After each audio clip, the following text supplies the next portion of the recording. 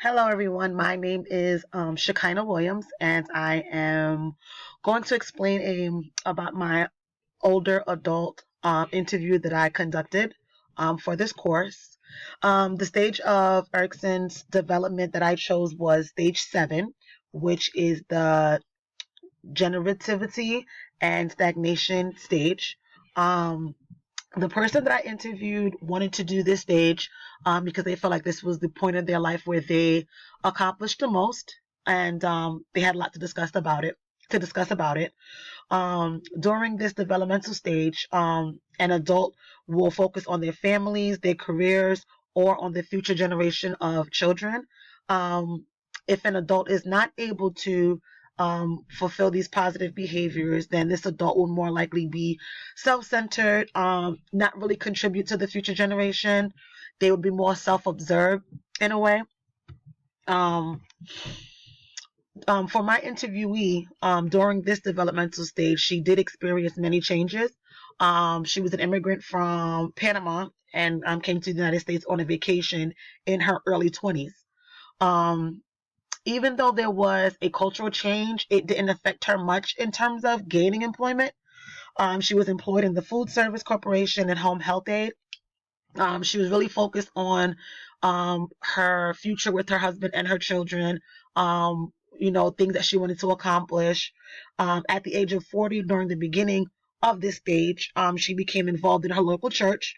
And this is where basically her life changed and she began to focus more on the Christian ministry. She was involved in Bible classes, learning the scriptures so that she can minister to others. She also became a grandparent um, during this time. And actually, during this whole stage, she was blessed with all 7 of her grandchildren. And she started to invest in their futures through college funds, getting them involved in the church. She also stated that she had them play different instruments. Me being one of the grandchildren, I played the piano. Um, my brother played the drums. Actually, both of my brothers played the drums, and my sister sang. So my interviewee definitely was involved in making sure that her grandchildren and her children's future was more stable than hers was. Challenges that my interview experienced during the stage was not much. When asked about challenges, she stated, I did not have many challenges, but things begin to happen. I lost my first grandson, my father, and my brother during these years. It was hard, but I pulled through. She also explained that during this time, um, she began to rely more on her faith to pull her through, praying more, believing more in, um, believing more that her faith will help her go through these times of losing so many family members between the ages of 40 and 65. Um, some accomplishments that she experience was obtaining her bachelor's degree in theology. She also became an ordained minister, and this allowed her to be more involved in the community, be more involved in the future generation of other children, not only the children within her family, but also the children within the community, um, helping them, reaching out to them, um, and just assisting them with the goals that they had in life. Um, she also developed a family church with her husband, which also brought in more people from the community. Um, and not only from just the faith that she had, but she also participated in other faith events. She has a close relationship with the Jewish community. She has a close relationship with the Muslim community, um, and everyone else in her area.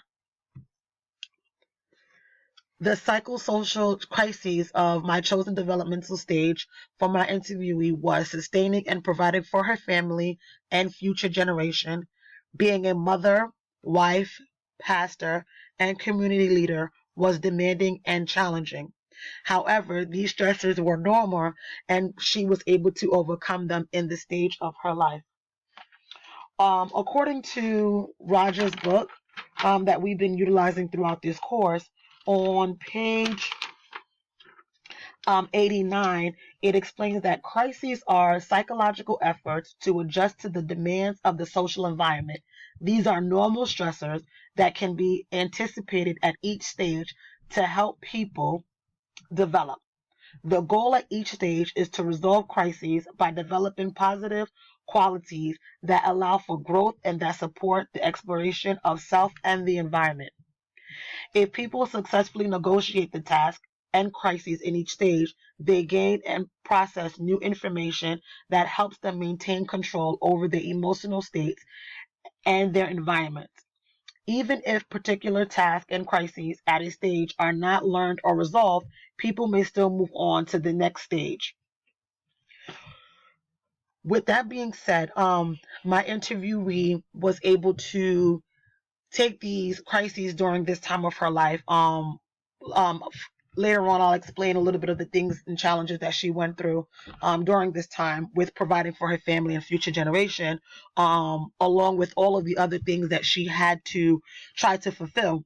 Um,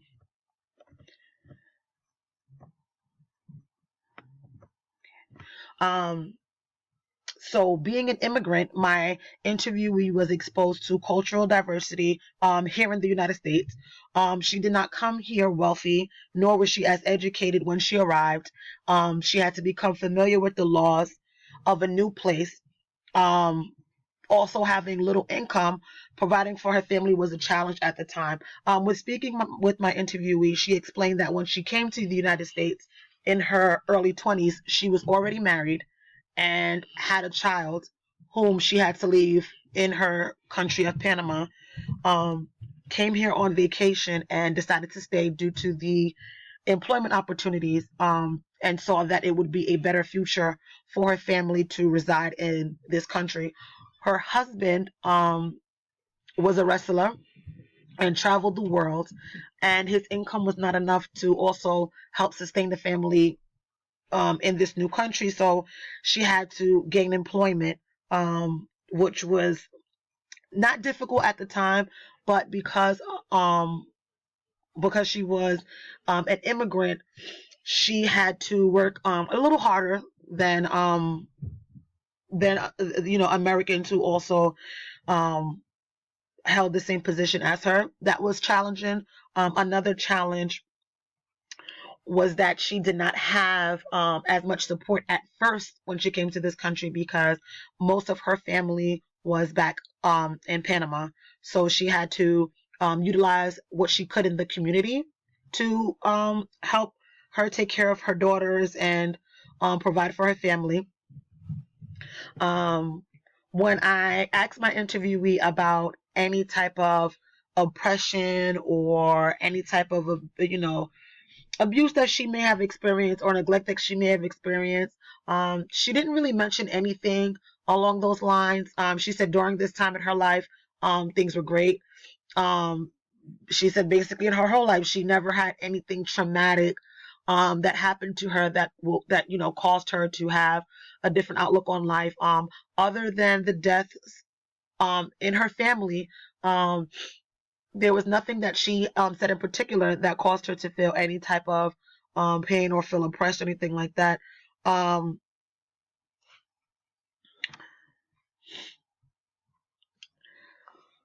some positive attributes to my interviewee's life was her family. She stated that once her family started to migrate from Panama, she relied on them heavily for the upbringing of her children and grandchildren. She was enrolled in college again in her late 50s, and her family members and community were very supportive. In the community that she um, resides in now, she has been living in for over 40 years, and she's very, very, very involved with them here, and they are very involved in her life. Um, the additional theory that I chose to identify with my interviewee's life was Pigot's theoretical perspective regarding concrete operational, which occurs during ages 7 through 12. During this age of my interviewee, she actually resided back in Panama and was the eldest of 12 children, the oldest female, excuse me, of 12 children, and being from a family of a lot of children and parents having to work, she became responsible to cook, clean, and take care of her siblings at the age of 9. During this time, Pigot explains that through ages 7 and 12, a child will demonstrate logical, concrete reasoning. And the reason why I chose this is because it shed light on the fact that my interviewee had to take on a lot of the responsibility of an adult in the sense of having to cook and clean and help take care of her siblings while her parents worked um, at the age of 9, which shows that she matured very quickly. My interviewee also explained that she was the third oldest child and um, the oldest girl. And even though she was the third oldest child, she still took care of her older brothers, helping them with their laundry and cooking for them and cleaning for them, as I stated before. And then as the years went on and her parents continued to have children, she also took on the responsibility of caring for those. And even now at this age, having lost already 3 siblings, she is still the family mother. Um, Her brothers and sisters still come to her for advice, rely on her for support. According to my interviewee, which I know they call her Ma, as a sign of respect because she, to most of them, raised them.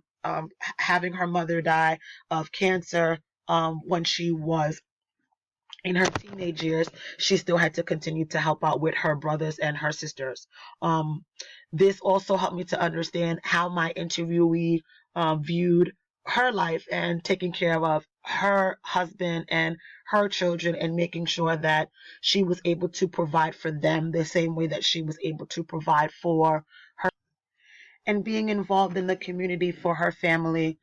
During this stage, she actually was able to have these positive behaviors and think about the future of her family and the future of her grandchildren and was not self-absorbed in what she wanted and her life and things that she believed should happen for her. She looked outside of herself and focused more on her family. And for me, I think that was definitely a positive position to be in at this stage of her life. Now as she's moving on to stage 8, because now she's 65 and older, she is now looking for that peace of mind and making sure that everyone is okay. But going back to stage 7, I believe that my interviewee shared a lot in terms of how she was able to not think about her own well-being, but the well-being of her family, advancing in work, advancing in her education, advancing in her spirituality, advancing in the ties with her community. So therefore, she made sure that she was able to tie in everything and everyone and start to set a foundation where her grandchildren and her children were able to thrive and prosper and excel in life because she was able to set that for them.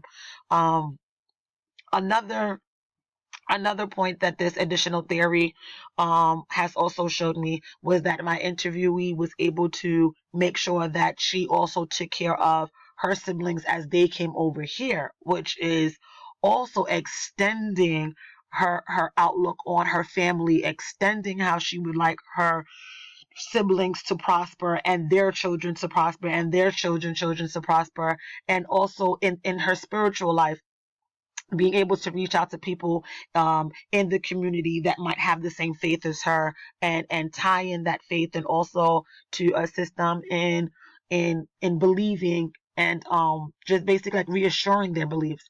So that is also something that my interviewee made sure to think about as she was in this stage in her life and as she continues in life, to make sure that she is um always